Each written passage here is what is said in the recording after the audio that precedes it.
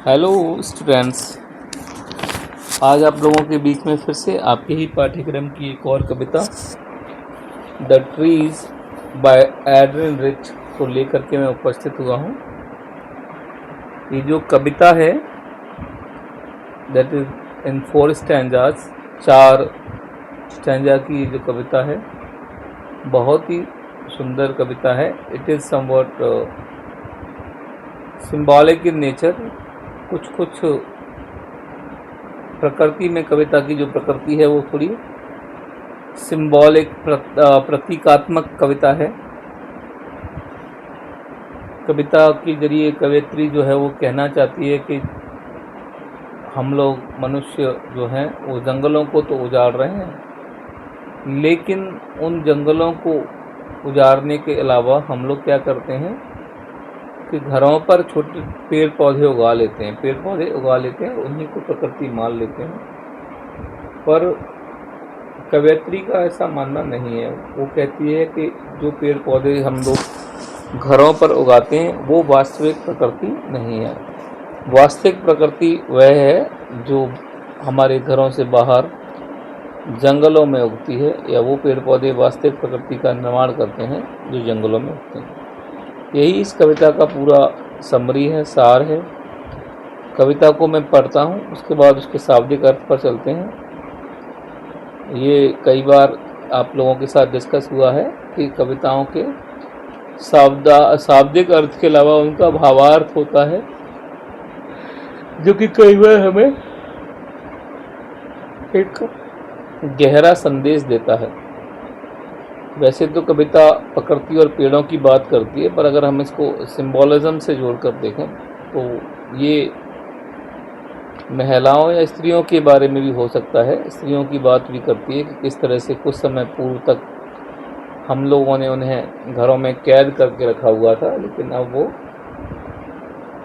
You can just simply see them in every aspect and walk of life, working shoulder to shoulder with man. तो आजकल आप देख सकते हैं कि वो जीवन के हर क्षेत्र में कार्य करती हैं, working shoulder to shoulder man, पुरुषों से कंधे से कंधा मिला करके।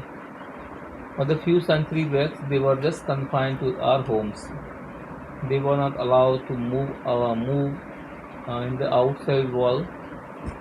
They were not allowed to get education, and they were also not entitled some certain rights that the man enjoyed in those olden times. तो महिलाओं को उस वक्त न शिक्षा का अधिकार, न कुछ ऐसे अधिकार जिनको पुरुषों को थे वो नहीं थे। लेकिन आज वो महिलाएं क्या हो रही हैं कि उन जंजीरों को, जस्ट दो shackles, they are breaking free themselves of all those circles by which they were tied to the interior of the homes. घरों के आंतरिक हिस्से में उनको बांध रखा था, उन सबको तोड़ करके वो आगे बढ़ रहे हैं। और समाज के हर हिस्से में आप उनकी भागीदारी को देखते हैं, और पूरा संसार आजकल आप पाते हैं कि पूरी तरह से हर क्षेत्र के जीवन के क्षेत्र में महिलाएं कार्य कर रही हैं। यही कुछ इस कविता का हम समझ सकते हैं। इस कविता के सिंबॉलिज्म के रूप में इस बात को हम समझ सकते हैं। हालांकि यहाँ ऐसा कोई जिक्र नहीं है, लेकिन प्रतीकात्मक कविताओं के बारे में हम ऐसा मानकर चलते हैं। तो कहता है कभी यहाँ हालांकि पेड़ और प्रकृति की बात करता है, तो कहता है कभी जो है कवयित्री है, एड्रिन रिच जो है कवयित्री हैं, वो फिर यहाँ पेड़ और प्रकृति की बात कर रही हैं। तो कहती हैं the trees inside are moving out into the forest. तो जिन पेड़ों को हमने अपने घरों में लगा रखा है वो क्या कर रहे हैं, जंगलों की ओर मूविंग आउट माने बाहर जा रहे हैं, इनटू द फॉरेस्ट, जंगल में। ठीक है, the forest that was empty all these days, उस जंगल में जा रहे हैं जो अभी तक खाली पड़ा हुआ था, जहाँ से पेड़ों को हमने काट करके या उनको ख़त्म कर दिया था और वो जंगल खाली पड़े हुए थे। अभी जो पेड़ हमारे घरों में हमने लगा रखे हैं वो क्या कर रहे हैं, अपने आप को वहाँ से डिसएंगेज कर रहे हैं और जंगलों की तरफ जा रहे हैं। तो the forest that was empty all these days where no bird could sit and no insect hide. अब क्योंकि जंगल खाली है तो ना तो यहाँ पक्षियों को पेड़ों पर बैठकर गाने के लिए कोई जगह है, ना ही कीड़े मकोड़े पेड़ों की पत्तियों में नीचे या पेड़ों के छालों में नहीं छिप सकते हैं, क्योंकि वहाँ पेड़ है ही नहीं है। No sun barriers feet in shadow, और ना ही सूरज, कोई क्या है, वैसे नो लिखा है लेकिन फिर भी यहाँ सूरज से ही मतलब है, ना ही सूर्य क्या कर सकता है पेड़ों की छाया या पेड़ों की कैनोपी में अपने आप को दफन कर सकता है या छिपा सकता है। The forest that was empty all these nights will be full of trees by morning. तो ये जो जंगल इन सभी पुरानी बीती रातों में खाली रहा है, ये सुबह तक क्या होगा, पूरी तरह से पेड़ों से भर जाएगा।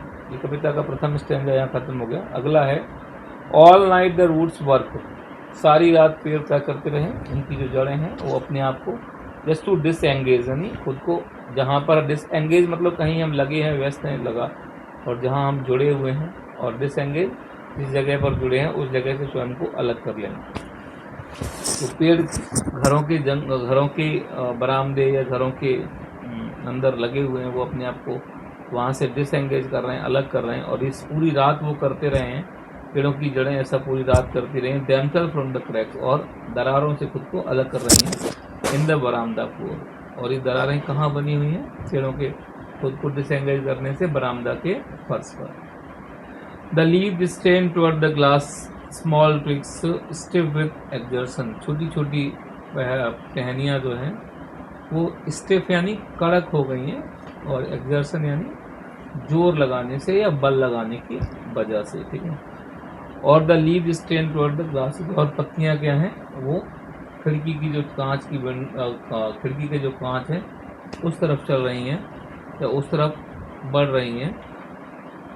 Long cramped boughs shuffling under the roof like newly discharged patients half dazed moving to the clinic doctor. और ये पेड़ अपने आप को, पेड़ों की जो बो यानी स्ट्रॉन्ग बो यानी शाखाएँ जो हैं, या जो तने की जो मजबूत शाखाएँ हैं, वो इस तरह से लड़खड़ाते हुए आगे बढ़ रही हैं जैसे किसी हाल ही में कहीं बीमारी की वजह से भर्ती अस्पताल को, जब मरीज कोई अस्पताल में भर्ती होता है तो जब हम उसे डिस्चार्ज करा लेते हैं वो तो ठीक हो जाता है, लेकिन फिर भी उस पर बीमारी का प्रभाव स्पष्ट दिखाई देता है। तो वो क्या करता है, ऐसे लगता है जैसे थोड़ा लड़खड़ा रहा है, या उसे कोई बेहोशी का कोई दवा दी गई है। इथराइजेशन का मतलब ही वही होता है कि ईथर नाम की एक सब्सटेंस होता है, उसको हम इथराइज बोलते हैं यहाँ पे, उसी का मतलब बेहोशी के लिए दिया जाता है। तो ऐसा लग रहा है कि जैसे कोई पेशेंट अभी न्यूली डिस्चार्ज है, हाफ डेज्ड है, जो अभी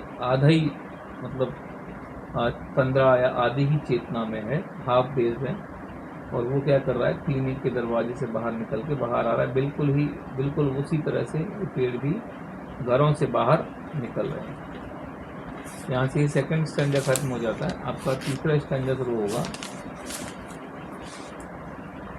थर्ड स्टैंजा आपका है I sit inside doors open to the बरामदा writing long letters in which I scarcely mention the departure of the forest from the house. कवयित्री कह रही है कि मैं दरवाजे खोल रखे हैं मैंने, और मैं बरामदे में बैठी हुई और पत्र लिख रही हूँ। हालांकि इन पत्रों में मैं शायद ही पेड़ों का मेरे घर से जंगल में जो जा रहे हैं इसका कहीं जिक्र करूँगी। मेंशन होता है किसी बात का जिक्र करना। द नाइट इज फ्रेश, रात एकदम से तरोताज़ा है।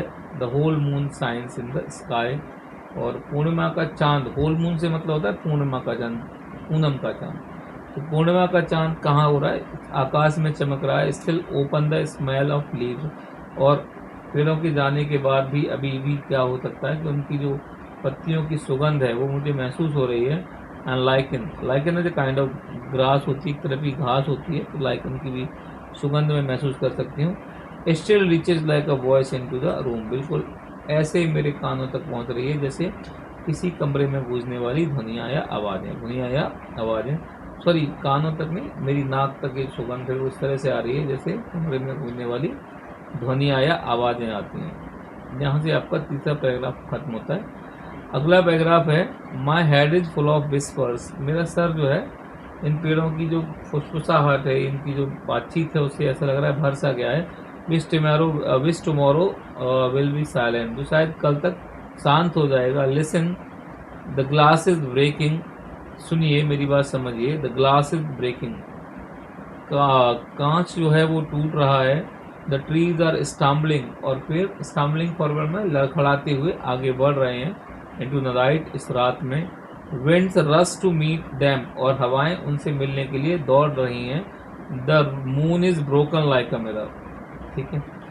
Its pieces flash now in the crown of the tallest oak, oak नाम का, बलूत नाम का जो सबसे ऊंचा जो वृक्ष है, उसके वृक्ष के पीछे से खड़े होकर देखने पर ऐसा लग रहा है कि जैसे चंद्रमा टूट गया हो, क्योंकि वृक्ष की जो शाखाएं हैं बड़ी बड़ी, उसकी परछाई, उसको देखने से वो शाखाएं क्या कर रही हैं, पूरी तरह के जो दृश्य है उसको बाधित कर रही हैं। इस वजह से पेड़ के पीछे खड़े होने पर वो ऐसा लगता है कि चंद्रमा टूट गया है, टुकड़ों में बिखर गया है, टुकड़ों में बिखर गया। तो here this poem of yours ends, यहाँ ये आपकी कविता खत्म हो जाती है।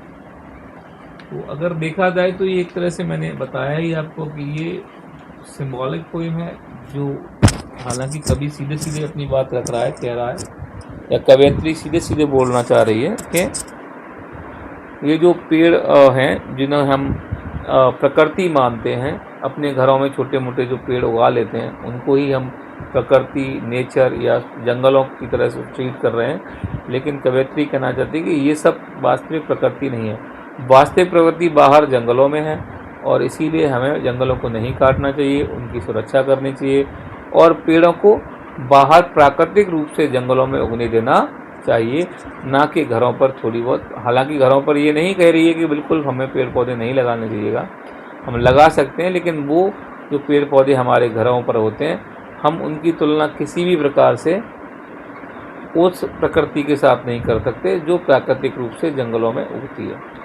धन्यवाद आपका इस कविता को देखने के लिए।